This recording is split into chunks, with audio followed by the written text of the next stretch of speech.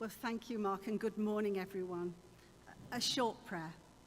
Father, in all I say, may the focus be on you. Amen. Well, it is indeed marvellous to be together again.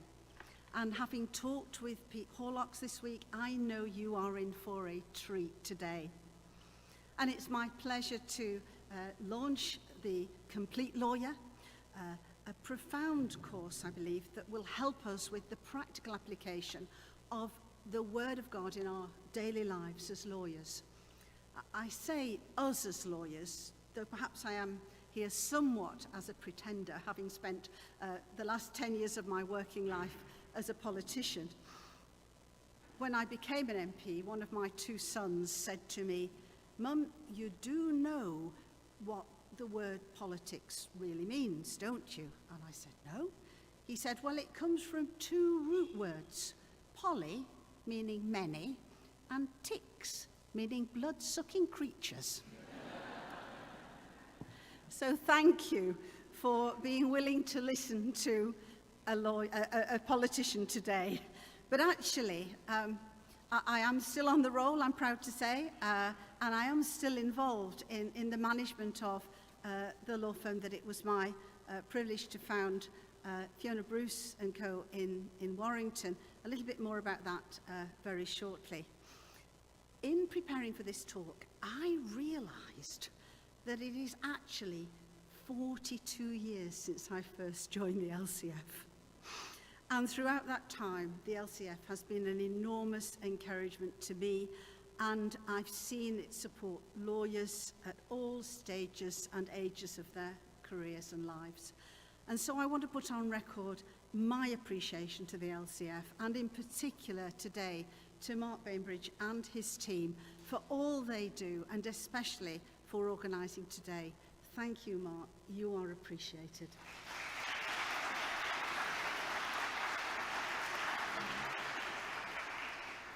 In fact, it was at one LCF gathering like this that I received the best piece of management advice that I've ever had. This was from Anthony Collins. I know many of you who are of a certain age like me will remember Anthony. He founded Anthony Collins in Birmingham, and I was just at that time about to set up a law firm, a Christian law firm. And I said to him, give me, we were sat having coffee, I said, give me your best piece of management advice. And I was expecting something really erudite, about sort of detailed spreadsheets or something like that. And he just looked at me and he said, "Be kind to your staff." And that indeed has been the best piece of advice I've had in terms of running a law firm. Now, I have to be careful here because actually one of my partners is here. Tim Granger, who was leading worship. Thank you, Tim. So perhaps if you want to check whether that's correct, have a word with Tim.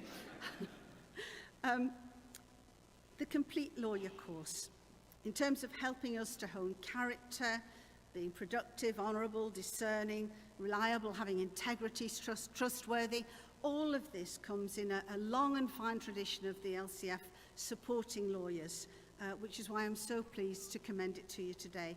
I hope it will equip and encourage you to know how much of a positive difference you can make in the lives of your clients, your colleagues, your contacts as Christian lawyers if you bring your whole self to work.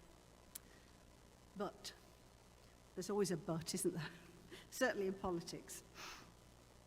There is one word in the Complete Lawyer list of attributes which some will find surprising. I certainly did. It's one that I want to focus on today. There they are behind me. I don't know if anyone can guess which one I found surprising. Any thoughts? Yes. Ambitious. Ambitious. And in considering this word ambitious, I want to share a very little, don't be worried, Mark, of my professional testimony, my journey through law and politics. I absolutely do understand the discomfort that some people will have with the word ambition. I remember being at Manchester University and I was not the brightest cookie in the jar. I struggled to get a shaky 2-2. And there were these cocky young students who used to say, when I've been qualified 3 years, I'm going to have my own law firm. And I thought, I could never do that. But we need to understand the difference between worldly ambition and godly ambition. And that's what I've had to learn in my life. Those who don't know Christ and who have worldly ambition will tend to be self-centered, often arrogant, a bit like those young students, trusting in themselves, filled with pride if they're successful. But if they're not, then endlessly comparing themselves with others, striving to please man, not God, whether their boss, their colleague, or in the case of politicians, the press and their electorate, frequently fretting about their performance, and ultimately, when those ambitions, as they usually do, are frustrated, filled with a sense of despair. How different we are called to be as Christians. Not to have no ambition, but to have godly ambition. Seeking his will for our lives. Not trusting in ourselves, but in the Lord. Having a Christ-centered confidence, something I've had to learn as someone who was not very confident at all. I remember when I wanted to study law at university, I thought, I won't get in. I'd better apply for German, and I did. Keeping our eyes fixed on him, knowing that we are here to do our best to serve him, to serve others. This can set us free from comparing ourselves with others and free from fear of failure, because ultimately what we achieve is in his hands. When I first became an MP, the best piece of advice I had then, on day one, came from a Christian, and it was, play to an audience of one. A wonderful piece of advice, and I have to say, if there's only one word you remember from this short talk, perhaps remember that one. It has held me in such good stead over a decade and more now in Parliament. Play to an audience of one. Be faithfully humble as we do so. And what a difference from some of the characters that I meet in the Westminster bubble. Wanting to climb the ministerial ladder, lobbying and jockeying for position. We've just had a reshuffle, and I can't tell you how those MPs were sat by their phones just longing for it to ring with a call from the Prime Minister. It reminds me of an old story that I heard a few years ago. I'm sure it's not true, but it's about an MP who became a cabinet minister. And he went home that wife to his wife, and he said, darling, did you ever in your wildest dreams think I would become a cabinet minister? And she looked at him and she said, honey, you never appear in my wildest dreams.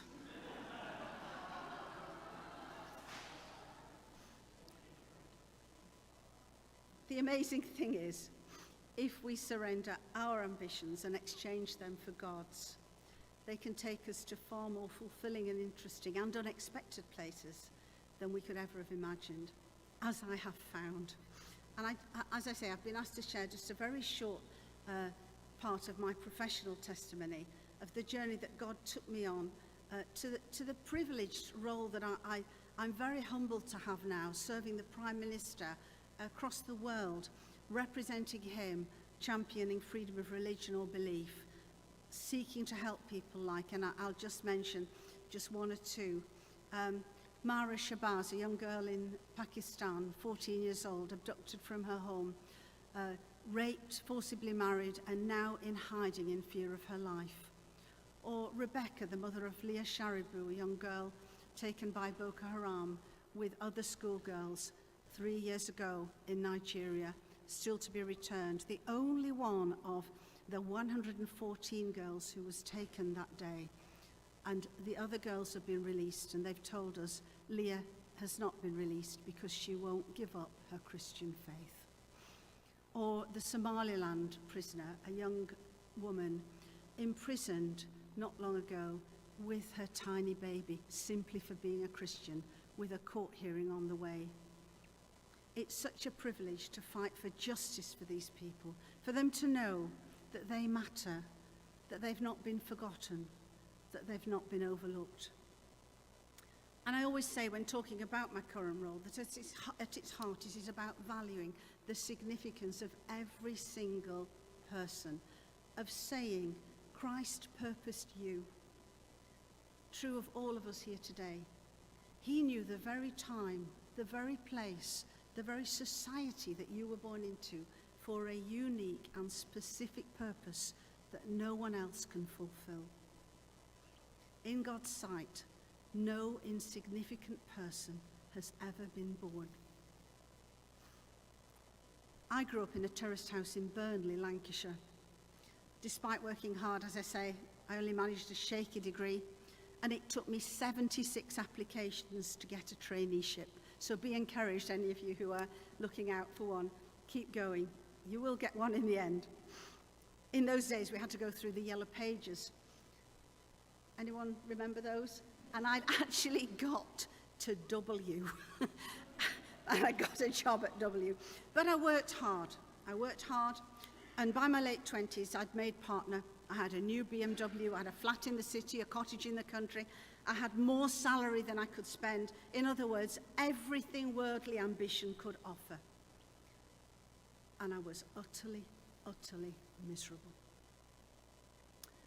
And at that time, I needed an assistant, and a young man applied to me, and he wrote on his CV, I live my life for Christ, and I'm committed to spreading his word to others. Now, that is not something I would suggest that you put on your CV, but something in me triggered interest, and I employed him, and 6 weeks later, I was doing a review with him. I thought, well, I better take him out for lunch. I did so. My intention was to talk about the work, but his was different. He talked about his faith, and I said to him, I am not good enough to be a Christian. And he said, all man's righteous acts are like filthy rags in the sight of God. It's from Isaiah. No one is good enough, but he was good enough. He took all our shortcomings, all our sins on that cross, and we can accept that and be reconciled to God through his sacrifice. And a few weeks later, I became a Christian. My priorities changed. I told nearly everyone in the law firm. I went on street outreach, and soon after that, the senior partner called me in. He'd heard about all of this, and he said, I'm firing your assistant, which he did, and I never want to hear the name Jesus spoken in this office again. And I knew my days there were numbered. It wasn't easy. I'd been there 9 years by then. I had a secure salary. But I'd made a decision to live my life for Christ, and he was taking me at my word. And so through prayer, I decided to set up a Christian law firm where staff and clients would be treated honourably and where opportunities to witness would be freely available. I remember Val Grieve speaking to me, again, a wonderful LCF friend. He actually came to see me, and he said, it will be hard. He was right, but he encouraged me in those early years throughout. That next decade was difficult. Trying to get and keep the business going. I had to sell my home. Richard, my husband, I married him. He sold his home. We actually lived in a room above the office. The staff tea and coffee making area was our kitchen. But however difficult it was, we were never miserable. And the ACLF was founded, the Association of Christian Law Firms. We joined that, and for many years we went to their annual conferences. ACLF now part of the LCF. Colleagues encouraging and strengthening each other in their vision to set up Christian law firms. Now, amidst all of this, life still being very difficult, I was praying one night, and I felt the Lord saying I should try to become an MP. This was certainly not on my wish list, and it certainly wasn't on my poor husband's wish list. I had never spoken in public. When I qualified as a lawyer, I said, I won't do court work because I can't speak, and I have never spoken in court. But it wouldn't go away. over 10 years this sense that God wanted me to try to become an MP. And so after 10 years, I took a step towards trying to get to Parliament. Now, getting to Parliament involves being selected by a constituency association, and I can't tell you how many constituency associations across the country I went to be interviewed at to try to be selected. One thing's for sure, though, I learnt a lot from my failures. Ultimately, I got to Parliament, and there I focused on issues given to me by the Lord, not on climbing that greasy ministerial ladder. Things like ensuring that Sunday remains a day of rest, at least in part, and so challenging the Sunday trading extension laws, defending end of life, beginning of life, being part of the committee that brought forward the modern slavery bill to tackle human trafficking, strengthening family life, speaking about freedom of speech. And I'm delighted here to see Jeremiah from ADF today. We've worked recently on the freedom of speech at universities bill, and it's wonderful to be able to work with an LCF colleague on that. That's going through Parliament now, and it's something that I was able to be involved in from several years ago when we first brought that. Those of us concerned about that issue brought it to Parliament.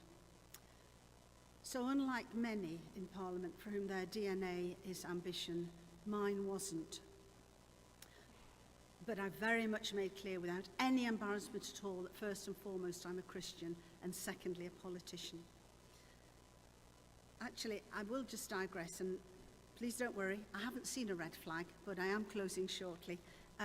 It has been an absolute joy to be a Christian in Parliament and to take opportunities to share our faith.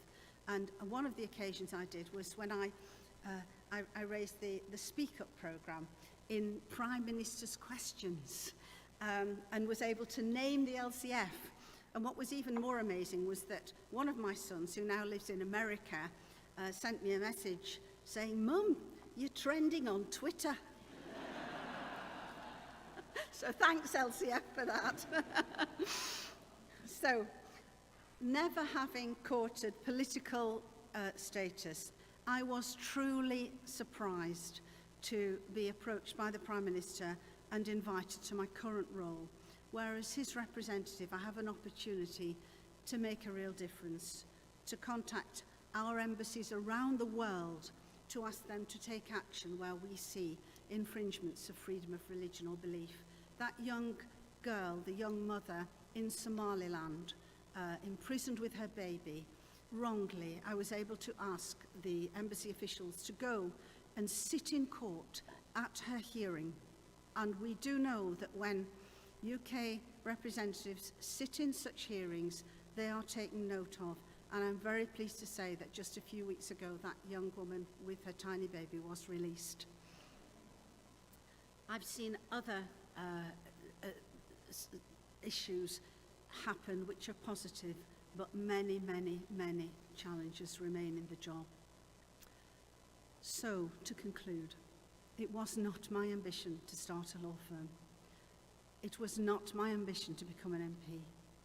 It was not my ambition to represent the Prime Minister around the world. But God took me at my word when I said to him, "I am surrendering my life to you." When I sang a hymn that we don't hear so frequently now, but was very popular then, "I want to serve the purpose of God in my generation." And as I look around this room, I see amazing potential within so many of you.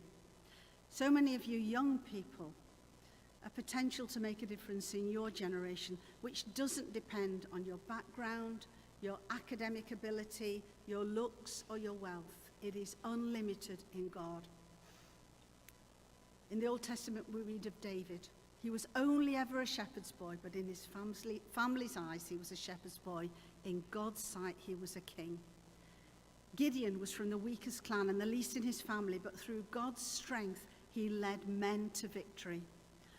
William Wilberforce was only ever a backbench MP, never a minister, but he served God throughout his political career, secured the abolition of the transatlantic slave trade, and today remains the most enduringly respected parliamentarian of all time.